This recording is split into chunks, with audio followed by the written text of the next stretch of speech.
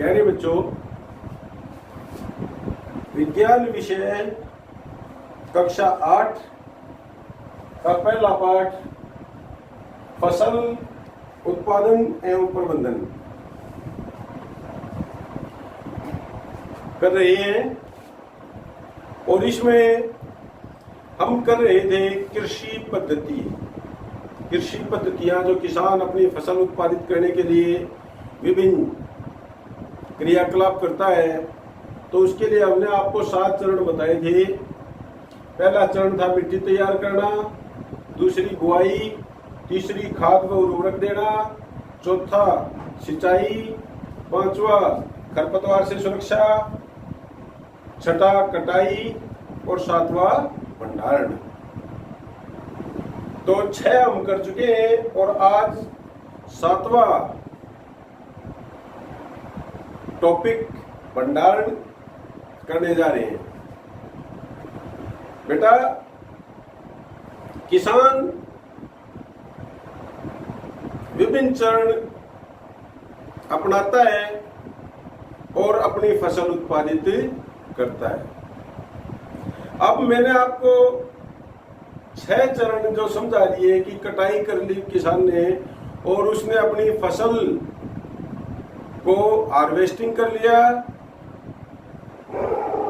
और हार्वेस्टिंग के पश्चात थ्रेशिंग करके उसने भूसे से अनाज या बीज अलग कर लिए। उन बीजों को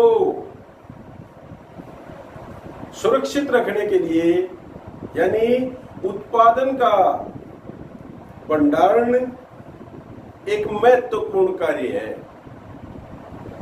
इसके लिए किसान को अपनी फसल को सुरक्षित रखने के लिए उसकी नमी को, क्योंकि फसल जब उत्पादित की जाती है, निकाली जाती है, तो उस समय उसमें नमी की मात्रा बहुत ज्यादा होती है। उस नमी के प्रतिशत को कम करने के लिए किसान को अपनी फसल धूप में सुखानी चाहिए ताकि नमी की मात्रा कम हो जाए। अगर नम फसल को ही किसान भंडारित करेगा तो उसमें नमी अधिक होने के फलस्वरूप उसमें कीट, चूहे एवं सूक्ष्म जीवों का प्रकोप बहुत ज्यादा होगा और फसल सुरक्षित नहीं रह पाएगी। तो बिना सुखाए भंडारण करने से जो विभिन्न जीवों, सूक्ष्म जीवों और कीटों का प्रकोप बढ़ जाता है और इसके कारण जो हमारा अनाज है या जो हमारी फसल है वो खराब हो सकती है, जिससे जीवों का विभिन्न जो कीट या जीव, चूहे हैं, सुरशी है या और अन्य हानिकारक जो सूक्ष्म जीव है, उनका, उसमें जीवाणु भी हो सकते हैं, कवक भी हो सकते हैं, उनका आक्रमण होने के कारण जो हमारी फसल है उसकी गुणवत्ता में प्रभाव पड़ सकता है, कमी आ सकती है और अंकुरण शक्ति खत्म हो सकती है, अंकुरण क्षमता पूर्ण रूप से नष्ट हो सकती है। तो उसके लिए अगर आगे किसान उसको बीज के लिए उपयोग में लाएगा तो जो अंकुरण की दर है वो कम हो जाएगी और उसकी जो फसल उत्पादन क्षमता है वो भी कम हो जाएगी।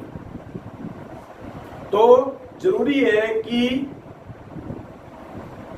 किसान अपनी फसल को भंडारित करने से पहले सुखाए, उसकी नमी की जो दर है, प्रतिशतता है, उसमें कमी लाए और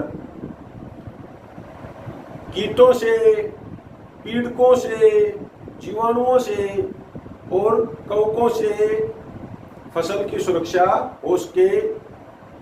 सामान्य तौर पर किसान भंडारण के लिए जूट के बोरों का या प्लास्टिक की बोरी कट्टों का प्रयोग करता है। इसके अलावा धातु के बड़े बड़े पात्र बीन्स का भी वह भंडारण के लिए उपयोग करता है। जबकि बड़े पैमाने पर भंडारण के लिए साइलों और भंडारण गृहों का प्रयोग किया जाता है। पीड़कों से सुरक्षा के लिए किसान सामान्य तौर पर घर पर आपने देखा होगा कि नीम की पत्तियों का भी प्रयोग करता है। इसके अलावा वह आजकल जो उन्नत रासायनिक उपचार हैं उनका भी प्रयोग करता है। और विशेष तौर से जो साइलो और भंडारण गृहों में भंडारण किया जाता है उसमें रसायनों का उपयोग अधिक किया जाता है, ताकि जो फसल है, जो उत्पादित फसल है, उत्पादन है हमारा, वह पीड़कों से सुरक्षित रह सके, सूक्ष्म जीवों से सुरक्षित रह सके, जो अन्य जो जीव है चूहे इत्यादि उनसे भी सुरक्षित रह सके। तो ये हमने पढ़ा भंडारण। भंडारण के पश्चात अगर हम बात करें तो किसान अपनी उत्पादन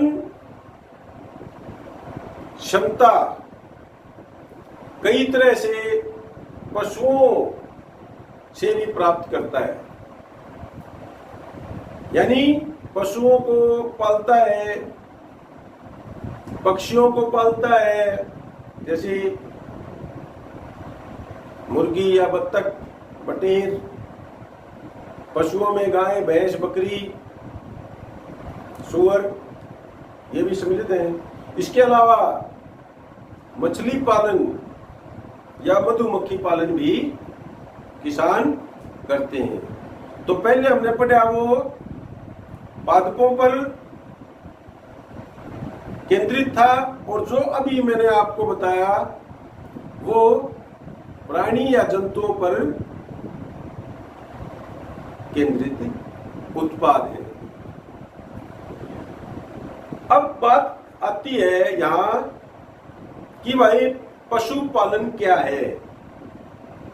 पशुपालन को हम कहें कि भाई बड़े पैमाने पर पशु किसान पालता है फार्मों में, जहां वह उसके भोजन की, पशु के भोजन की, आवास की और उसके स्वास्थ्य संबंधी देखरेख करता है। इसी को हम पशुपालन कहते हैं। तो इस पाठ में इतना ही, क्योंकि 8वीं के स्तर का, वैसे तो हम कितनी डिटेल में चले जाएं, लेकिन हम एनसीईआरटी सिलेबस के साथ बंधे हुए हैं।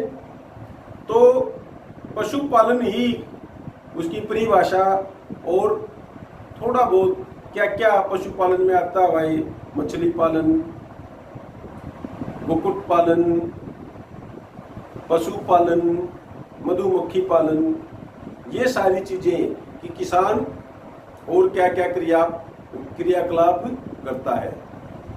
तो इस वीडियो के लिए इतना ही। हमारा विज्ञान विषय का 8वीं कक्षा का पहला पाठ हमने पूर्ण कर लिया है। अगले पाठ को लेकर अगले वीडियो में फिर हाजिर होंगे। तब तक के लिए धन्यवाद।